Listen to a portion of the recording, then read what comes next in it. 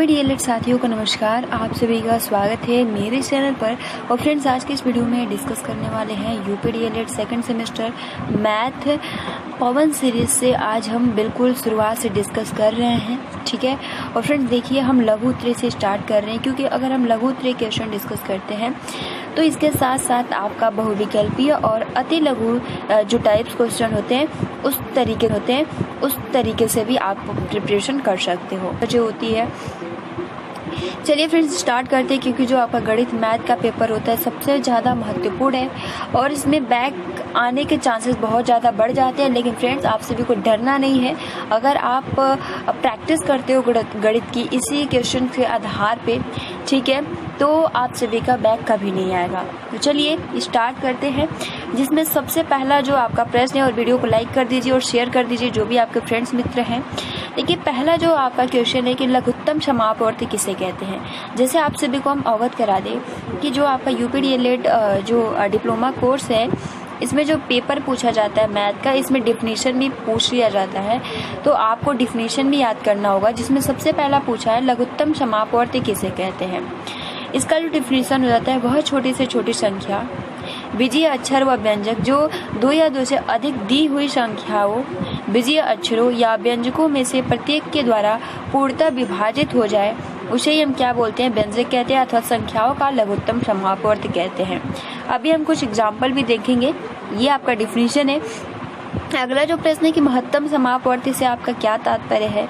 तो उस बड़ी से बड़ी संख्या का जो प्रत्येक संख्या को पूर्णतः विभाजित कर दे, ठीक है, वही संख्या क्या कहलाती है, महत्तम समापवर्ती संख्या कहलाती है। अगला जो प्रश्न है, महत्तम समापवर्ती ज्ञात करने की विधियां कौन कौन सी है। तो इसकी दो विधियां जो सबसे महत्वपूर्ण है, एक तो गुणनखंड विधि, दूसरा भाग विधि।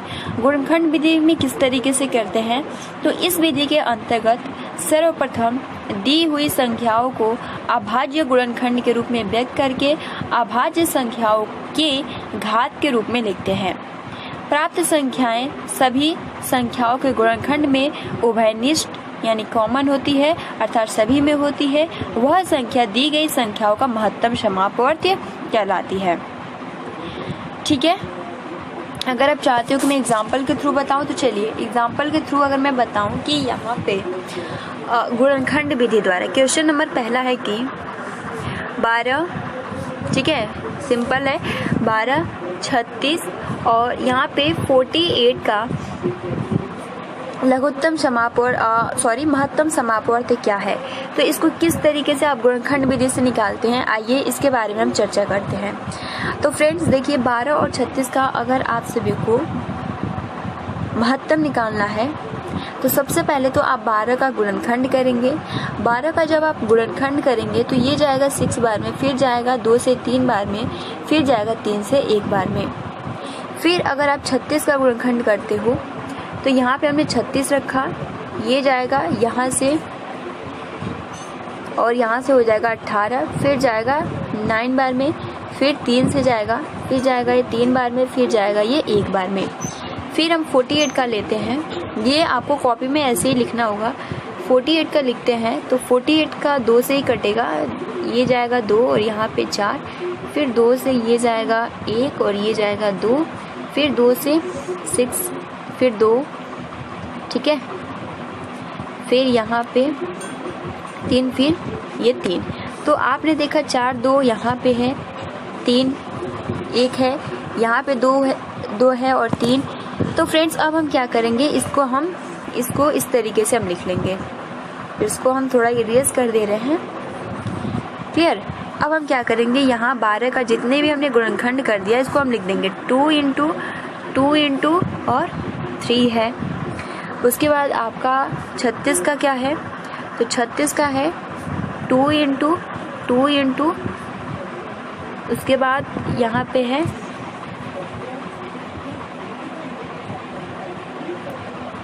3 इंटू 3। उसके बाद आपका 48 जो है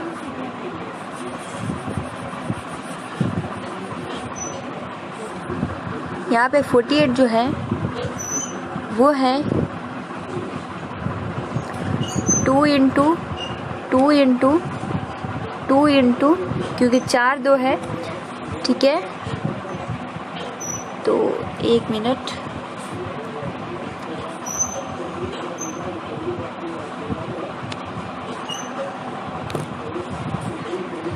ठीक है, तो यहाँ पे हम लिखेंगे 2 इंटू और 4 2 हो गया और यहाँ पे 3 1 हो गया। ठीक है, अब हम इसमें सबसे छोटी घात देखेंगे। सबसे छोटी घात 2 है, यहाँ पे 2 है, यहाँ भी 2 है और यहाँ 4 2 है। तो हम क्या करेंगे, यहाँ पे लिखेंगे 2 इंटू 2। उसके बाद बड़ी घात देखेंगे, सबसे बड़ी कौन है, तो सबसे छोटी घात देखेंगे, यहाँ पे 3 2 है, यहाँ पर 1 है, यहाँ पर भी 1 है, तो हम यहाँ पे लिखेंगे 3, क्योंकि हम कॉमन फैक्टर भी देखते हैं। तो यहाँ पर अगर आप इन तीनों का मल्टीप्लाई करते हो 2 इंटू 2 इंटू 2, 2 इंटू 2 इंटू 3 का मल्टीप्लाई करते हो तो आंसर आएगा 12। तो ये क्या हो गया, गुणनखंड विधि से हम इसको करते हैं। भाग विधि से क्या होता है इसका डेफिनेशन, इस विधि के अंतर्गत दी गई संख्याओं में से कोई 2 संख्याएं लेकर बड़ी संख्या को छोटी संख्या से भाग देते हैं। जो शेष आता है उसे प्रथम भाजक को भाग देते हैं, पुनः जो शेष आता है उसे द्वितीय भाजक को भाग देते हैं। यह क्रिया तब तक जारी रहती है जब तक अंतिम शेष शून्य नहीं आ जाता। इस प्रकार सबसे अंतिम भाजक ही दी गई संख्याओं का मौसा होता है। इस प्रकार मौसा की संख्याओं से शेष बची संख्याओं का भाग देकर अंतिम मौसा संख्या प्राप्त की जाती है। अब देखिए फ्रेंड्स, यहाँ पर ये क्या बोल रहा है, जैसे हम वही एग्जाम्पल ले रहे हैं। अभी हमने गुणनखंड विधि से जाना। अब देखिए फ्रेंड्स, आपका 12 था, 36 था और यहाँ पे 48 है। इसको क्या कह रहा है, इसको कह रहा है भाग विधि से करना है। तो सबसे पहले क्या बोला है कि इस विधि के अंतर्गत दी गई संख्याओं में से 2 संख्याएं लेकर बड़ी संख्या को, ये आपका बड़ी संख्या है, को छोटी संख्या से भाग देते हैं। तो यहाँ पे हम 12 और 36 में भाग देते हैं। 12 से ये जाएगा कितनी बार में, तो 12 से ही जाएगा आपका 3 बार में। तो ये 12 थिया 36 कट गया, कितना बार में गया, 3 बार में। तो फिर 12 से कट गया, फिर हम यहाँ पे जब ये कट गया तो फिर हम 12 से 48 को ही काटेंगे, क्योंकि आपका जो नियम कह रहा है उसे द्वितीय भाजक जब तक काटते रहेंगे जब तक शेषफल शून्य नहीं आ जाता। फिर जब वो कट जाता है तो फिर जो आपका भाजक जिस संख्या से कटा है, शेष जो संख्या है, शेष संख्या 48 है, हमारा भाजक जो है वो 12 है, 48 से करेंगे तो यहाँ पे 12 चौक 48, ये भी कट गया। तो आप देख सकते हो कि यहाँ पे 0 हो गया और हमारा कोई संख्या नहीं है, तो हम 12 को ही क्या मान लेंगे, यहाँ पे मौसम मान लेंगे। ये तो आपका भाग विधि हुआ। देखिए फ्रेंड, इस विधि को हम भाग विधि ही कहते हैं। यहाँ पे 12 था, आपका 36 था और 48 था। फ्रेंड्स, ऐसे संख्या चुनना है जो किसी एक संख्या से 12 भी पूर्ण रूप से विभाजित हो जाए, 36 भी हो जाए और 48 भी हो जाए। तो फ्रेंड्स, यहाँ पर हम देखते हैं कि 12 जो है अपने आप को भी काटेगी, 36 को भी काटेगी और 48 को भी काटेगी। तो यहाँ पर जो आपका 12 हो जाएगा वो क्या हो जाएगा, मौसा हो जाएगा। क्लियर। अब देखिए फ्रेंड्स, ये क्वेश्चन आप सभी को बहुत ही आसानी के साथ, क्योंकि इस टॉपिक ये आपके सिलेबस में है, सो इसलिए हमने इस टॉपिक पे थोड़ा विस्तार से बता दिया। अब देखिए फ्रेंड्स, अगला जो क्वेश्चन है कि लघुत्तम समापवर्त ज्ञात करने की विधियां कौन कौन सी है। जिस तरीके से हमने मौसा देखा, गुणनखंड विधि, भाग विधि, इसमें भी सेम प्रोसेस यही होता है। गुणनखंड विधि में क्या होता है, अगर आपको लसा निकालना होता है, जो मैंने प्रोसेस आप सभी को बताया, तो उसमें तो हमें जो छोटी घात होती है और सभी में उभयनिष्ठ यानी कॉमन होना चाहिए, लेकिन लघुत्तम समापवर्त निकालते समय क्या ध्यान रखना है। ठीक है, चलिए, बहुत सारे प्रशिक्षु को आता होगा लेकिन कुछ प्रशिक्षुओं को थोड़ा देखिए फ्रेंड्स, अगर हम गुणनखंड विधि से लगाते हैं तो किस तरीके से, हम वही एग्जाम्पल लेते हैं। आपका 12 हो गया, ठीक है, और यहाँ पे आपका 36 हो गया और यहाँ पे आपका 48 हो गया। ठीक है, अब हम क्या करेंगे, यहाँ पे 2 से काटेंगे, तो 2 से काटेंगे, ये जाएगा आपका 6 बार में, फिर 2 से काटेंगे, ये जाएगा आपका 3 बार में, फिर 3 से काटेंगे, ये जाएगा 1 बार में। उसके बाद हम फिर 2 लेंगे, 2 से जाएगा ये 2 एकम 2 और 2 अठे 16। फिर हम 2 लेंगे तो ये आपका 2 नवा 18। फिर 3 से काटेंगे, 3 तिरिके 9 और 3 एकम 3। क्लियर। फिर हम 2 लेंगे, 2 दूनी के 4 और 2 चौको 8। फिर हम 2 लेंगे, 2 एकम 2 और 2 दूनी के 4। फिर 2 लेंगे, 2 से जाएगा 6 बार में, फिर 2 लेंगे, 2 से जाएगा 3 बार में, फिर 3 लेंगे, 3 से जाएगा एक बार में। अब देखिए फ्रेंड्स, इसमें हम सबसे बड़ी घात देखते हैं। मौसम में क्या था, सबसे छोटी घात देखते हैं गुणनखंड करके, लेकिन लसा जब हम देखते हैं गुणनखंड कर देते हैं तो हम सबसे बड़ी घात देखते हैं। 2 और 3 में सबसे बड़ी घात क्या है, तो 3। हम फ्रेंड्स यहाँ पर देख सकते हैं 3 यहाँ 1 है, 3 यहाँ 2 है, 3 यहाँ 1 है, तो सबसे बड़ी घात लेंगे यानी 3 का स्क्वायर मल्टीप्लाई। अब हम देखेंगे सबसे छोटी घात इसकी कितनी है, यहाँ पे 2 बार है, यहाँ पर भी 2 बार है, बट यहाँ पर 2 है वो 4 बार में है, तो हम लिखेंगे 2 पे घात 4। ठीक है, 3 का स्क्वायर क्या होता है 9, और 2 पे घात 4 है तो क्या हो जाएगा 16। ठीक है, क्योंकि 2 × 2 × 2 × 2, तो 2 दूनी के 4 यहाँ से बता देती हूँ, 2 दूनी के 4, 4 दूनी के 8, 8 दूनी के 16, 16 नवा कितना होता है तो 144। तो इस तरीके से आपका 12, 36 और 48 का जो एलसीएम आएगा गुणनखंड विधि से मैंने आप सभी को बताया, तो इसका आंसर जो हो जाएगा वो हो जाएगा 144। आई होप आप बहुत ही आसानी के साथ क्लियरली इसको समझ गए होंगे। चलिए आगे बढ़ते हैं। तो ये तो आपका पहला विधि हुआ। दूसरा विधि क्या होता है, भाग विधि। भाग विधि में क्या इसका डिफिनीशन होता है, सबसे पहले तो ये जान लीजिए, जिन संख्याओं का लसा निकालना होता है उन्हें हम एक पंक्ति में रखते हैं। फिर दूसरा स्टेप क्या कहता है, ऐसी छोटी से छोटी संख्या से भाग देते हैं जो कम से कम एक संख्या को भाग कर दे। तीसरा स्टेप होता है, जो संख्या या संख्या उस संख्या से भाज्य है उनका भागफल, और जो संख्या अभाज्य यानी उस संख्या से नहीं करता है तो हम वैसे ही सेम पंक्ति में लिख देते हैं। फोर्थ स्टेप कहता है, पुनः एक ऐसी संख्या ढूंढते हैं जो कम से कम एक संख्या को छोटे से छोटा ऐसा गुणनखंड हो जिससे ज़्यादा से ज़्यादा संख्याएं विभाजित हो जाए। ठीक है, फिर वही नियम फॉलो करते हैं। तो देखिए वही एग्जाम्पल हम लेते हैं, कुछ भी चेंज नहीं करेंगे, क्योंकि अगर हम वही एक एग्जाम्पल लेते हैं तो उसके थ्रू आप बहुत ही आसानी। सबसे पहला आपका फर्स्ट नियम कहता है कि जो भी आपका संख्या है इसको हम एक नियम यानी इसको हम पंक्ति में लिखते हैं। तो यहाँ पर हमने एक पंक्ति में लिख दिया। अब ऐसी छोटी से छोटी से संख्या से भाग देते हैं जो कम से कम एक संख्या को मतलब पूरी से विभाजित कर दे। तो फ्रेंड्स अगर एक काटे तो ठीक है, अगर तीनों को काट दे तो और भी अच्छा है। सो यहाँ पे हम लेते हैं सबसे छोटी 2 से अगर हम 12 को काटेंगे तो ये 6 बार में जाएगा, ये जाएगा आपका 18 बार में, और ये जाएगा यहाँ पे हम भागफल लिखते हैं। ठीक है गाइस, और ये हो जाएगा 24। फिर हम 2 लेंगे, 2 से जाएगा 3 बार में, फिर 2 9 18, 2 एकम 2 और 2 दूनी के 4। फिर हम 2 लेंगे 3, फिर 9 नहीं जाएगा, हम सेम वैसे पंक्ति में लिख देंगे, 2 छक्के 12। फिर यहाँ पे 2 लेंगे 3 9, फिर यहाँ पे 3 हो जाएगा। क्लियर, अब 2 से नहीं जाएगा, हम 3 लेंगे, 3 एकम 3, 3 तरीके 9, फिर यहाँ पे 1, फिर ये 3 से चला जाएगा। तो फ्रेंड्स अब यहाँ पर हम देखते हैं 2 कितनी बार है और 3 कितनी बार है। यहाँ पर आप देख सकते हो 2 जो है वो 4 बार है और 3 जो है वो 2 बार है। तो यहाँ पे हम 3 का स्क्वायर करेंगे। 2 का स्क्वायर 2 पे 4 घात है तो यानी 16, 3 पे 2 घात है यानी 9, 16 नामा 144। तो इस तरीके से यहाँ पे हमने भाग विधि गुणनखंड विधि से आप सभी को बताया 12, 36, 48 का जो एलसीएम हो जाता है वो हो जाता है 144। इसका मौसा पूछा होता तो हो जाता है यहाँ पे 12। आई होप आप बहुत ही क्लियरली इसको समझ गए होंगे। और एलसीएम और एचसीएफ गुणनखंड विधि से पूछे या भाग विधि से आप बहुत ही, क्योंकि इस टॉपिक से तो आप सभी के एग्जाम में क्वेश्चन पूछना ही पूछना है। सो आई होप बहुत ही क्लियरली आप सभी को समझ में आ गया होगा। चलिए अगला जो आपका प्रश्न है कि वह छोटी से छोटी संख्या ज्ञात कीजिए जिसमें 7 घटाने पर वह 12, 16, 18 एवं 21 से विभाजित हो जाए। तो फ्रेंड्स यहाँ पर वह छोटी से छोटी संख्या पूछा है, तो सबसे पहले तो हम क्या करेंगे, यहाँ पर 12, 16, 18 एवं 21 को क्या करेंगे, यहाँ पे एलसीएम इसका निकाल देंगे। फिर जो आपका एलसीएम आएगा, ठीक है, उसमें हम 1 जोड़ देंगे।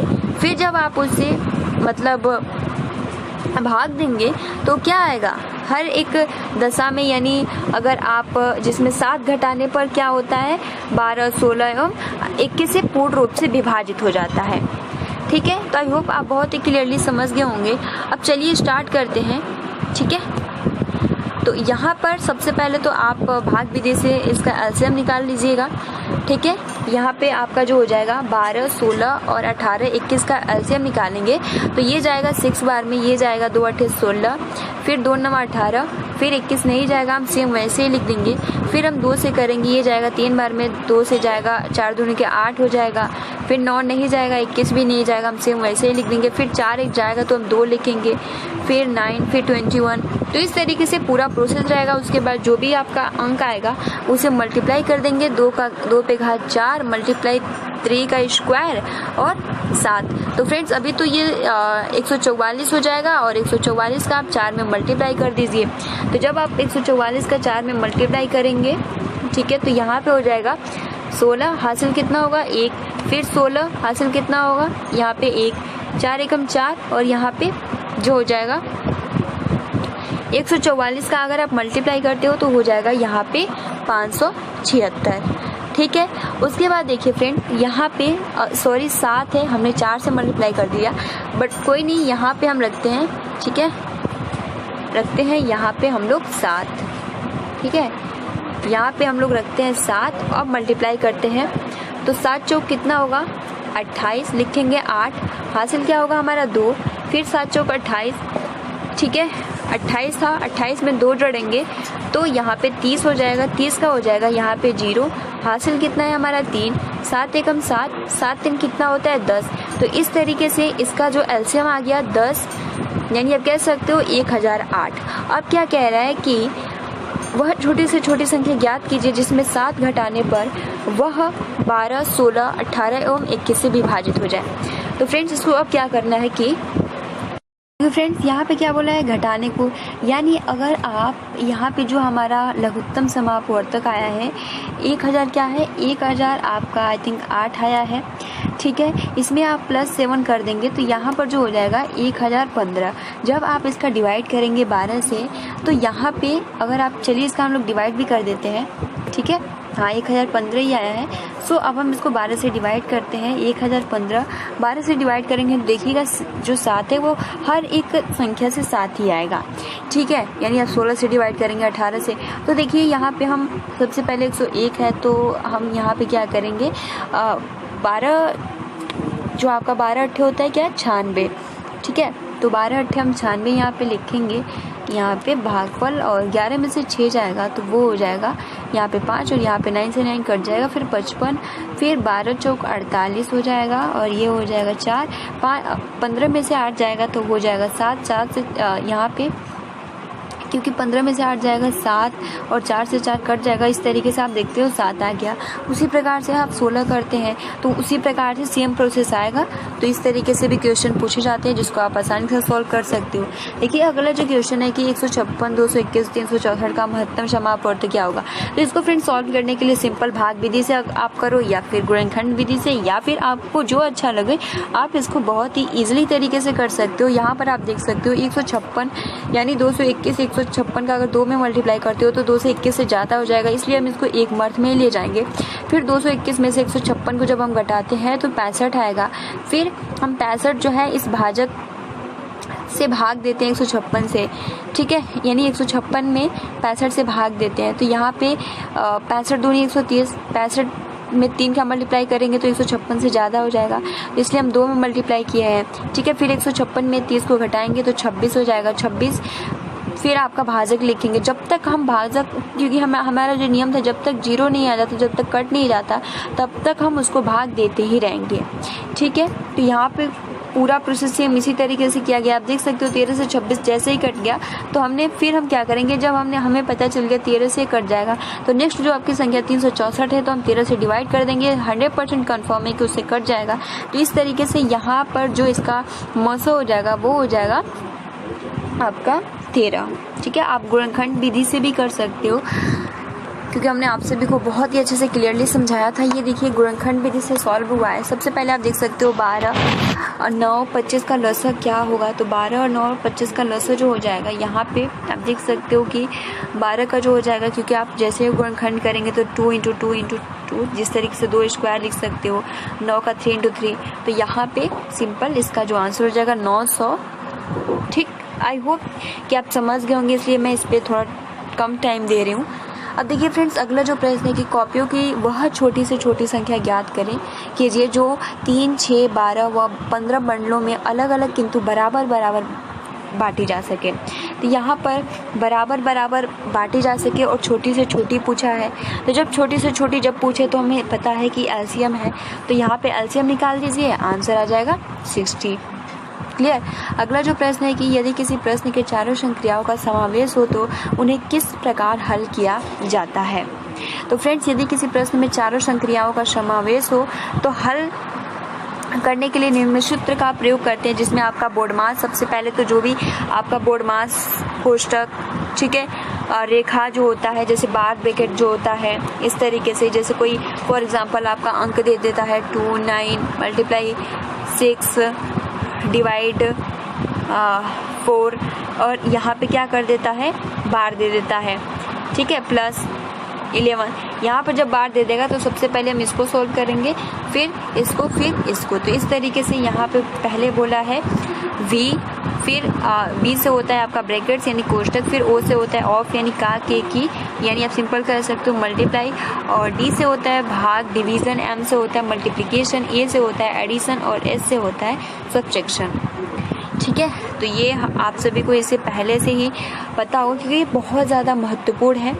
सबसे पहले भी यानी जो बार होता है उसको सॉल्व करना चाहिए, उसके बाद कोष्टक के जितने भी प्रकार होते हैं उसमें सबसे छोटा वाला कोष्टक को हम सॉल्व करते हैं, उसके बाद मध्यम, उसके बाद बड़ा वाला कोष्टक के बाद का यूज करते हैं, का के बाद भाग के बाद गुणा के बाद जोड़ और लास्ट में हम घटाना करते हैं।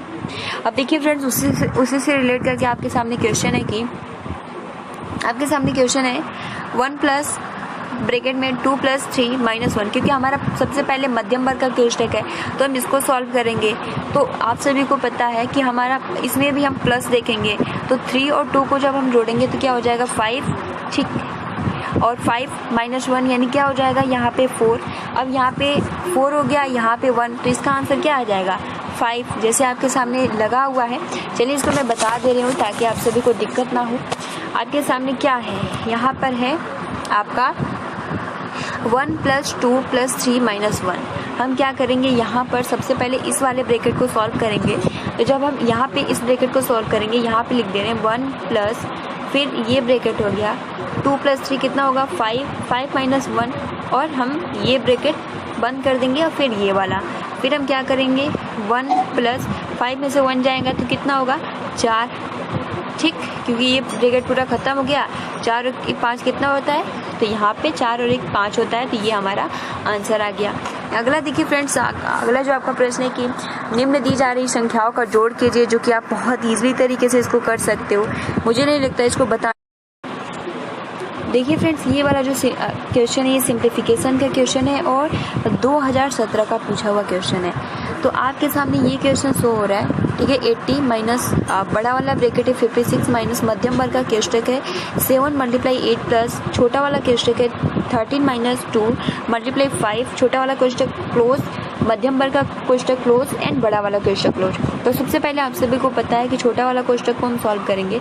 तो जब आप इसको सॉल्व करते हैं तो यहाँ पे 13 - 2 × 5 है। तो क्या करेंगे, सबसे पहले तो आप सभी को पता है मल्टीप्लाई करेंगे, तो 5 दूनी के 10 हो जाएगा और यहाँ पे -13 हो जाएगा, ठीक है। तो जब आप इसको घटाएंगे तो 3 आ जाएगा। तो यहाँ पर आप देख सकते हो यहाँ पे 3 आया है। 7 × 8, क्योंकि हमारा ये ब्रैकेट टूट गया तो क्या बचा हमारा यहाँ पे 3 बचा, ठीक है। आप यहाँ पर सिंपल लिख सकते हो इस तरीके से, इसको यहाँ पर आप लिखेंगे 3, ठीक है। आप इसको भूल जाइए, हमने इसको सॉल्व कर दिया और हमारे सामने अब ये ब्रैकेट लग गया। अब देखिए फ्रेंड्स, अब क्या करना है, इसी ब्रैकेट को सॉल्व करना है। तो सबसे पहले तो हम मल्टीप्लाई करेंगे इसमें भी, तो 7 और 8 में मल्टीप्लाई करेंगे तो 56 हो जाएगा और 56 में 3 को ऐड करेंगे तो कितना हो जाएगा, 56 में 3 को ऐड करेंगे तो 59 हो जाएगा। तो अब हम यहाँ पे क्या लिख देंगे, ठीक है, इसको आप अब भूल जाइए और हमारा जो हो जाएगा 56 माइनस 59। अब क्या करेंगे, यहाँ पे 56 में से 59 को घटा देंगे। तो 56 में से 59 को जब आप घटाएंगे तो क्या होगा, यहाँ पे हो जाएगा -3। ठीक है, -3 हो जाएगा। अब 8 तरीके 24 होता है, यहाँ पे आप 24 लिखिए और एक 0 लिख दीजिए क्योंकि माइनस है, तो इस तरीके से -240 आ गया।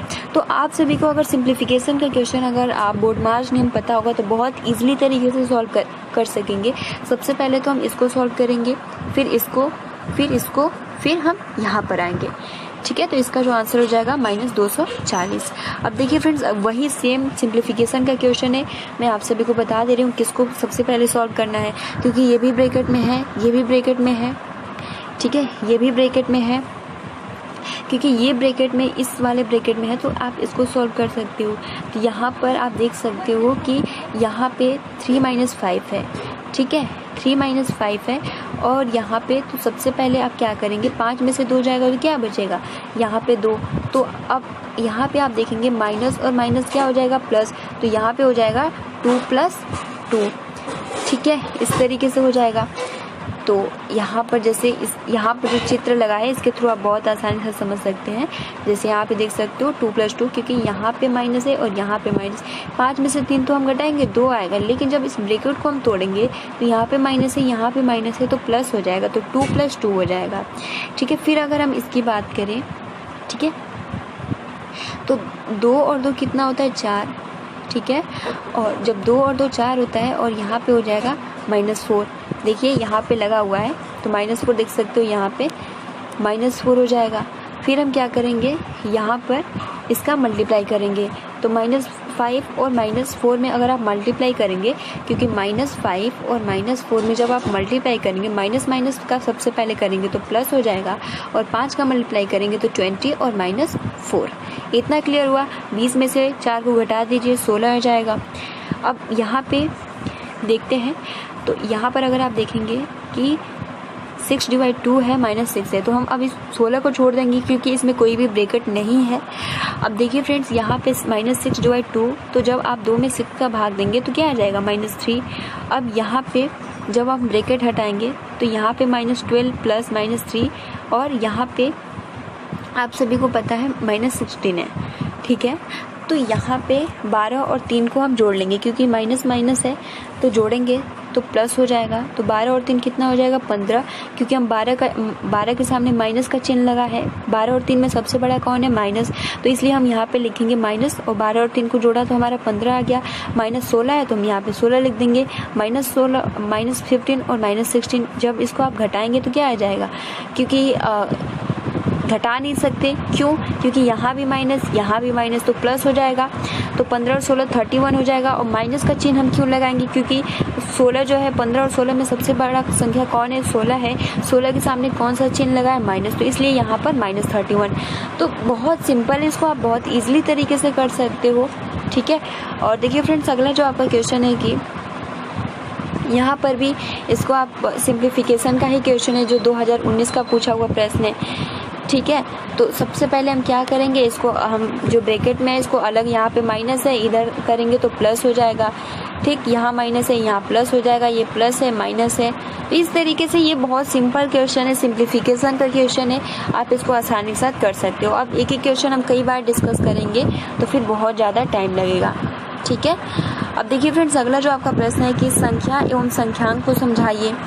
तो संख्या जैसे कितनी वस्तुएं हैं जिससे ज्ञान होता है उसे हम संख्या कहते हैं। संख्यांक यानी संख्याओं को जिन संकेतों द्वारा समझाया जाता है उन्हें संख्यांक कहते हैं। और सरल शब्दों में संख्यांक का अर्थ संख्या को लिखने में प्रयुक्त अंक, ठीक है। अब जैसे फ्रेंड्स मैं अगर आपसे भी बताइए, जैसे 1 2 3 4 5 6, ये क्या है, जब हम इसको काउंट करते हैं 1 2 3 4 5 6, तो हमने काउंट कर लिया, यानी कितनी वस्तुएं हैं, तो हमें पता है 6। लेकिन जब हम उसको लिखते हैं 6, तो ये हमारा क्या हो जाता है, जिस संकेतों द्वारा समझाया जाता है, यानी ये 6 है, तो ये क्या है, एक संख्यांक है। तो आई होप कि आपको बहुत क्लियरली समझ में आ गया होगा संख्या क्या है और संख्यांक क्या है। अगला देखिए प्रश्न है कि परिमेय तथा अपरिमेय संख्याएं क्या है। तो परिमेय संख्या जिसे हम P/Q के रूप में लिख सकते हैं, जहाँ Q जो है वो नॉट इक्वल 0 होना चाहिए, ठीक है। अपरिमेय जिसे हम P/Q के फॉर्म में नहीं लिख सकते, जैसे √2, √3, √5, ठीक है। तो ये सभी क्या है, √6 हो गया, √7 हो गया, ये सभी क्या है आपका, √8 हो गया, जैसे आपका √9 नहीं होगा, 3 का स्क्वायर, जो भी स्क्वायर होगा वो एक परिमेय संख्या होता है। ठीक है, अगला प्रश्न है 100 और 110 के बीच में अभाज्य संख्या क्या है। तो 100 और 110 के बीच में आप सभी को जैसे 1 2 3 7 9, ठीक है, 11 13, फिर आपका 15 हो जाता है, लेकिन 15 तो कट जाएगा, आपका 17 हो जाएगा। तो इस तरीके से जो होता है, उसी प्रकार से अगर हम 100 110 के बीच में कहें तो 101 103 117 109 ये क्या है, ये एक अभाज्य संख्या है। अगला आपका प्रश्न है परिमेय संख्या। यहाँ पे देखिए ये महत्वपूर्ण है, इस टॉपिक से भी प्रश्न पूछे जाते हैं। 4/7 + 8/7 को सॉल्व कीजिए। तो 7 का आप देख सकते हो हर में कॉमन है, 7 ले लेंगे और 8 4 कितना होता है 12, तो इसका आंसर हो जाएगा 12/7। देखिए फ्रेंड्स, अगला जो आपका क्वेश्चन है कि ये भी महत्वपूर्ण है। यहाँ पे -5/12 + 5/18। तो सबसे पहले तो हम इसको अलग करेंगे, ठीक है। तो जब इसको आप अलग करते हो तो यहाँ पे आपका सबसे पहले हम क्या करेंगे, 12 और 18 का एलसीएम लेंगे। 12 और 18 का आप जैसे ही एलसीएम लेंगे तो क्या आएगा, 12 और 18 का एलसीएम जो 36 आएगा। ठीक है, अब देखिए इसको किस तरीके से मैं आप सभी को विस्तार पूर्वक बता दे रही हूँ ताकि आप सभी को कोई भी प्रॉब्लम ना हो। ठीक है, क्या है आपका यहाँ पे -5/12 + 5/18, यही आपका क्वेश्चन है। चलिए इसको हम लोग सॉल्व करते हैं। तो यहाँ पे आपका है -5/12 प्लस आपका जो हो जाएगा यहाँ पे माइनस, क्योंकि हम जब ब्रैकेट तोड़ेंगे तो यहाँ पे हो जाएगा -18। ठीक है, अब हम 12 और 18 का जब आप एलसीएम लेते हो तो आप भाग विधि से ले लो। 12 और 18 2 से काटेंगे, 2 छक्के 12, 2 9 18, फिर 2 ही से काटेंगे, 2 3 6 9 नहीं जाएगा। फिर हम 3 से लेंगे, 3 एकम 3 और 3 तरीके, यहाँ पे 3 एकम 3, 3 तरीके 9, फिर हम 3 से काटेंगे, फिर 1 3 तरीके 9, ठीक है, और 9 चौको 36। तो यहाँ पे एलसीएम क्या आ गया, 36 आ गया। अब फ्रेंड्स 12 में हम 36 का भाग देंगे, 12 से 36 कितनी बार में कटेगा, 3 बार में। 3 का मल्टीप्लाई -5 में करेंगे तो क्या आ जाएगा, -15। ठीक है, फिर यहाँ पे 18 का भाग हम 36 में देंगे तो 2 बार में जो जाएगा, 2 का मल्टीप्लाई आप 5 में करिए तो यहाँ पे जो आपका आएगा वो आएगा यहाँ पे माइनस, क्योंकि प्लस हो जाएगा तो यहाँ पे हो जाएगा 10। ठीक, यहाँ पे हम क्या करेंगे, यहाँ पे 36 हो जाएगा और यहाँ पे 10 में से 15 जाएगा तो कितना हो जाएगा, 10 में से 15 जाएगा तो 5, क्योंकि माइनस है तो यहाँ पे आपका हो जाएगा -5/36। ठीक है, तो इस तरीके से हम इसको सॉल्व करेंगे, देखते हैं आंसर में है या नहीं। तो यहाँ पे आप देख सकते हो -5/36। अगला जो आपका प्रश्न है -4/7 में से -12/7 को घटाइए। सिंपल 7 को कॉमन ले लीजिए और यहाँ पे आप इसको घटा दीजिए, आंसर वेरी सिंपल आ जाएगा। 12 में से 4 जाएगा 8 और 7। उसी प्रकार से आप इसको गुणा करना है, परिमेय संख्या को गुणा कर दीजिए। ठीक है, या आप इसको सिंपल काट दीजिए, बहुत ही आसानी के साथ आंसर आ जाएगा। ठीक है, जैसे आपके सामने ये क्वेश्चन है, इसको हम चलिए सॉल्व कर देते हैं। फिलहाल यहाँ पर लगा हुआ है तो फिर यहाँ पे देख सकते हो -8/7 -14/15। आप इसको काट सकते हो, 7 एकम 7 और 7 दूनी के 14। तो अब यहाँ पे थोड़ा और कम हो गया, -8/1 मल्टीप्लाई -2 एंड उसके बाद क्या हो जाएगा -15। यही था ना आपका। अब देखिए फ्रेंड्स, यहाँ पे माइनस और माइनस मिलकर क्या हो जाएगा प्लस, और 8 दूनी के 16, क्योंकि हम क्या करते हैं इस तरीके से गुणा हो जाता है। 15 एकम 15 और यहाँ पे माइनस है कि, तो इसलिए यहाँ पर जो आंसर हो जाएगा -16/15। क्लियर। अब देखिए फ्रेंड्स, अगला जो आपका प्रश्न है कि ये बहुत ज़्यादा महत्वपूर्ण क्वेश्चन है कि यदि परिमेय संख्या का अंश उसके हर से 2 कम है, ये आपका पहला समीकरण, यदि उसके अंश और हर में 1 जोड़ दिया जाए तो नई संख्या का मान 3/4 हो जाता है, तो संख्या ज्ञात कीजिए। इसको किस तरीके से सॉल्व करेंगे। और फ्रेंड्स ये 2017 का पूछा हुआ क्वेश्चन है जो कि बहुत ही ज़्यादा महत्वपूर्ण है और गाइज आप इसको बहुत ही ईजिली तरीके से लगा सकते हो। किस तरीके से लगाना है आइए इसके बारे में हम लोग डिस्कस करते हैं। यहाँ पे कह रहा है कि यदि कोई परिमेय संख्या आप सभी को पता है जैसे कि P/Q के फॉर्म में, जिसको हम लिख सकते हो क्या है, एक परिमेय संख्या है। क्लियर। तो यहाँ पे आप देख सकते हो कि हम मान लेते हैं कि कोई संख्या x बटे y है, ठीक है, x बटे y। अब x हमारा क्या हो गया, अंश हो गया, और y हमारा क्या हो गया, हर। अब इसी आपका पहला समीकरण जो कह रहा है कि यदि परिमेय संख्या का अंश हमारा हमने क्या माना x, उसके हर से 2 कम है, यानी x बराबर y जो है, यानी आप कह सकते हो सिंपल, अगर हम सिंपल आप सभी को समझाएं तो यहाँ पर x है और यहाँ पर y है। अब यहाँ पे ये कह रहा है कि जो y है यानी जो हर है वो x से ज़्यादा है, तो हम क्या करेंगे, y - 2 लिख देंगे क्योंकि 2 कम है। तो जब जैसे ही हम 2 घटाएंगे y में से, x बराबर सिंपल, जैसे आपको x याद करना है तो y - 2, तभी तो हमें पता लगेगा कि x का मान कितना है।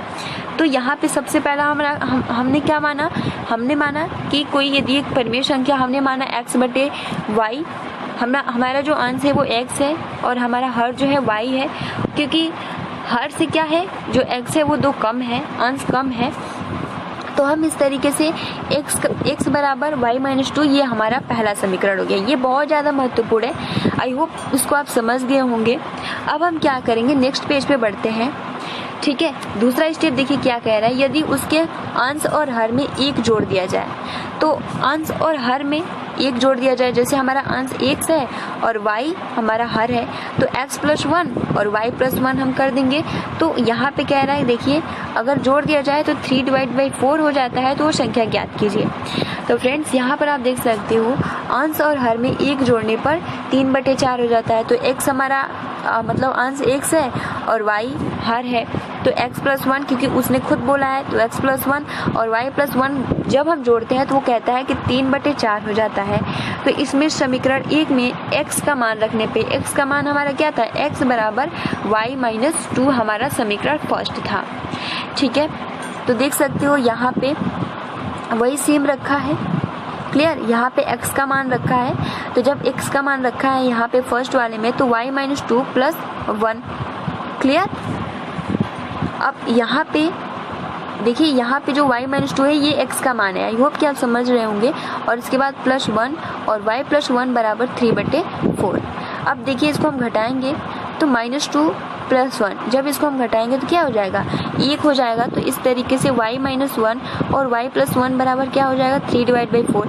अब इसको आप सिंपल गुणा कर दीजिए इस तरीके से।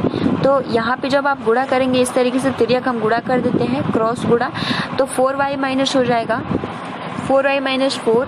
और जब इस तरीके से 3y, जैसे यहाँ पे 3 है, ठीक है, और y + 1 में जब आप मल्टीप्लाई करेंगे, देखिए मैं शॉर्टली में समझा रही हूँ ताकि, और 4y - 1, क्योंकि तिर्यक गुणा करना है, तो 3y में आप करेंगे तो 3y प्लस यहाँ पे 1 हो जाएगा 3, ठीक है, और फिर 4y हो जाएगा और यहाँ पे -4 हो जाएगा। तो उसी प्रकार से यहाँ लिखा गया है, ठीक है। यहाँ आप देख सकते हो 4y - 4 बराबर 3y + 3। अब सिंपल हम क्या करेंगे, इधर जो अचर है हम इधर करेंगे, जो चर है इधर करेंगे। 4y - 3 बराबर 4 + 3, तो y का मान हमारा 4y में से 3 जाएगा, तो क्या हो जाएगा, y 1 लिखे या y लिखे कोई दिक्कत नहीं, और 4 में 3 जोड़ेंगे तो क्या हो जाएगा, y का मान 7 हो जाएगा। जब हमें y का मान पता चल गया तो हम बहुत इजीली तरीके से हम लगा सकते हैं कि y का मान समीकरण 1 में रखने पर, जिस तरीके से x का मान एक हमारा समीकरण क्या था, y - 2, तो हम यहाँ पे लिखेंगे क्योंकि हमें y का मान पता चल गया। तो कह रहा है समीकरण 1, तो y का मान क्या है, 7 - 2। तो जैसे ही आप 7 - 2 तो 5, तो अब हमें पता चल गया कि यहाँ पे जो आपका x है 5 है और जो हर है वो क्या है, 7 है। तो आप देख सकते हो कि जो हर है 5 कम है 2, जो 7 है क्या है, ज़्यादा है। तो इस तरीके से हम यहाँ पर सॉल्व करें और इन क्वेश्चनों को हम इसी तरीके से आसानी से सॉल्व कर सकते हैं। तो फ्रेंड्स और भी इसी तरीके से क्वेश्चन है जिसको हम नेक्स्ट वीडियो में, और आई होप कि अगर आपको समझ में आ रहा हो, अगर नहीं आ रहा है तो आप कमेंट्स बॉक्स में लिख सकते हो, कोई दिक्कत नहीं है। हम आप सभी को कॉपी में लिखकर बहुत ही आसानी से समझाएंगे, ठीक है, क्योंकि ये इतना ज़्यादा टफ नहीं है, लेकिन जिन प्रशिक्षकों को समझ में नहीं आएगा थोड़ा टफ लगेगा, बट आप सभी को डरने की आवश्यकता नहीं है, आप इसको बहुत ही आसानी के साथ कर सकते हो, ठीक है। तो फ्रेंड्स आज के लिए इतना ही। वीडियो को लाइक करें और ज़्यादा से ज़्यादा शेयर करें ताकि हर एक प्रशिक्षु के पास ये जितने भी क्वेश्चन थे पवन सीरीज से थे और इसी टाइप से क्वेश्चन भी पूछे जाएंगे फ्रेंड्स, ठीक है। तो फ्रेंड्स आज के लिए इतना ही। वीडियो को लाइक कर दीजिए और अपने फ्रेंड्स मित्रों को शेयर कर दीजिए। आप सभी को मेरी तरफ से शुभ रात्रि, good night, have a sweet dreams.